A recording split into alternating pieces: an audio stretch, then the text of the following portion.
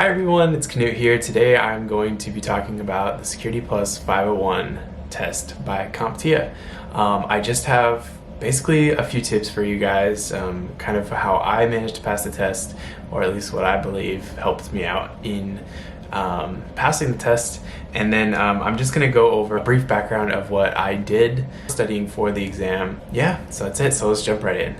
So as far as prepping for the exam itself, for my workplace, I was purchased the CompTIA CertMaster bundle, which, if you're not familiar with it, includes the retake exam if you didn't make it on the first one, and it also includes a CertMaster practice test, and I believe like a little booklet as well, like an ebook or something like that. But I never bothered with the ebook, and I never had to take the retest, so mainly I guess I was just in it for the CertMaster. And the CertMaster, I honestly wouldn't really recommend it. I don't think it was very valuable of my time. The reason I say that is because CertMaster is really good at helping you memorize questions, in my opinion.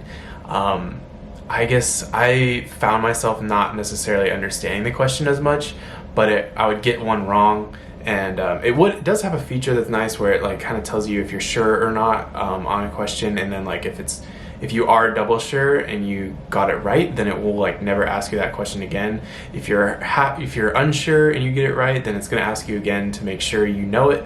And if you are sure and you're incorrect, it's going to ask you like twice over, I think, and it might ask you a different variant of that question. And if you only get, if you do it unsure and you get it incorrect, it doesn't really count against you. It's still going to ask you the same amount as like a unsure and correct version. So that's kind of the pros of the CertMaster, I'd say.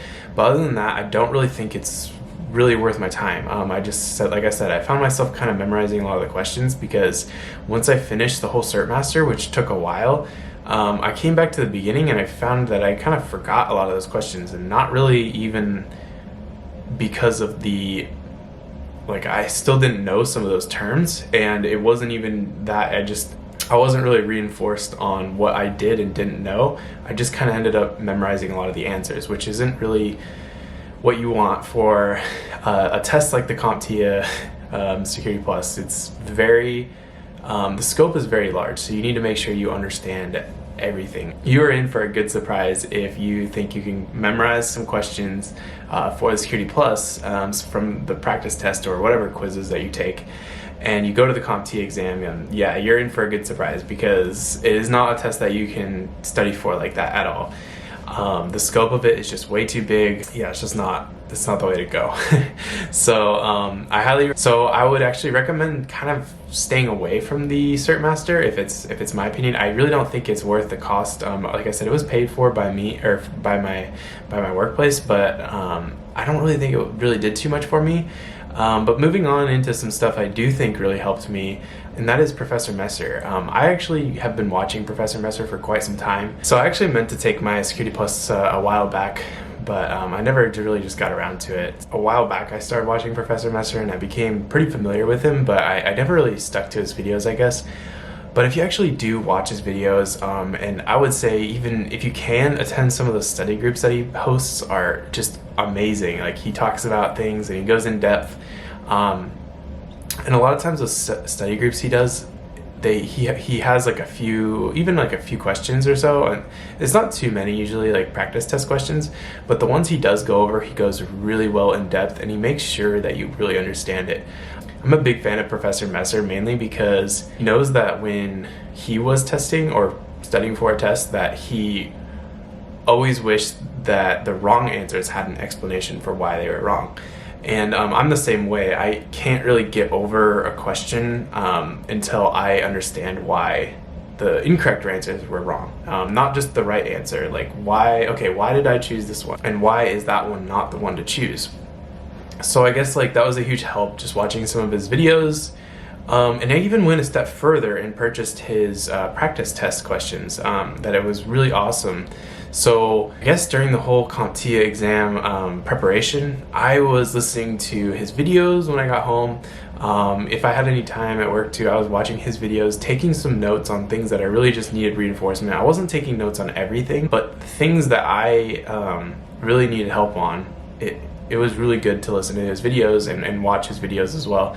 I would really highly recommend just getting immersed in his content because it's really good stuff and it's really going to help you out with the CompTIA exam. So that being said, if you are interested, if you want to just keep it low budget, that's fine. Go ahead and just watch his videos. Those are a huge help. But I got his bundle on his site, and it actually had practice test questions as well. It also included an audio, like a MP3 package as well, and his course notes, which his course notes were huge on. I'll get to that in a minute. It was actually really big for me. Moving on to the next thing that I ended up doing about a week before the exam, and I wish I figured this out sooner, but I printed out all the exam objectives, which you can just Google CompTIA exam objectives for Security Plus 501. And you can actually find all these, and they're open to the public, and you can download them. And guys, this was a lifesaver. I don't think I would have passed my test if it wasn't for this. All that other stuff, this just kind of strung everything together, if that makes sense. So it really wasn't about that. And I have been working in IT for a few years now, so you'd think, oh, this is no problem. Like, I mean, some of the stuff is still like, it's definitely an entry-level exam, but some of the stuff is just a little too complicated to like really know without knowing exactly what it is, if that makes sense. So you really need to understand what everything is. And some of those technologies and stuff like that, I've never been exposed to. As far as my IT career goes, I actually just printed them out, and then I started going line by line with them with my Professor Messer course notes. And he has those little course notes. It's basically just snippets of what was important from each objective, basically. So like 3.1, he'll talk about everything that was important in 3.1. 4.7, he'll talk about everything that was important in 4.7, and basically everything is there for you to just kind of go through all the exam objectives and make sure you understand them and the very important stuff. But that really helps kind of lay out the path for you to get a better understanding in the future. The other thing I would say is just don't work too hard on the things that won't matter as much. So in other words, work smarter, not harder. They say this a lot in the military, guys, and it is very true. If I spent as much time on crypto as I did technologies and tools, which is I believe chapter 2, it would definitely not, I definitely don't think I would have passed. The reason is because technologies and tools, I believe, is 22 or 25%. It's a pretty big chunk of the exam itself. With cryptography, I think it's only like a mere 11%. Now, do you still need to know these things? Of course, you need to study them, but you know, do you need to know every little nook and cranny of it? It's not going to affect your score as much as if you don't know every nook and cranny of technologies and tools. So I would say it's super important to go over those larger and those broader subjects and know them very well, because the chances of you getting a question on technologies and tools is a lot bigger than you getting a lot of questions on cryptography. So just keep that in mind, guys. Go through those exam objectives and make sure you know all of them. But at the end of the day, just reinforce yourself more on those broader subjects. It'll really help you in the end. I'm actually going to say one more final tip, and that's just to take the 501 before it goes away. The 601, I believe, has like 300 more exam objectives, and that is not good. I already feel like there's enough in the 501, so I don't know why you would want to take the 601. There's just more stuff to study for, more exam objectives. It's not good in my opinion. So go ahead, and before, I believe it expires in July or something, when that's the cutoff date.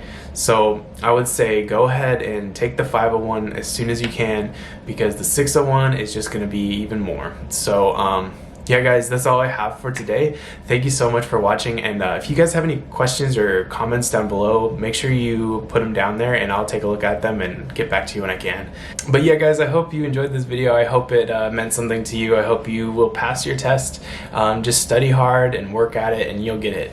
Have a great day. Bye.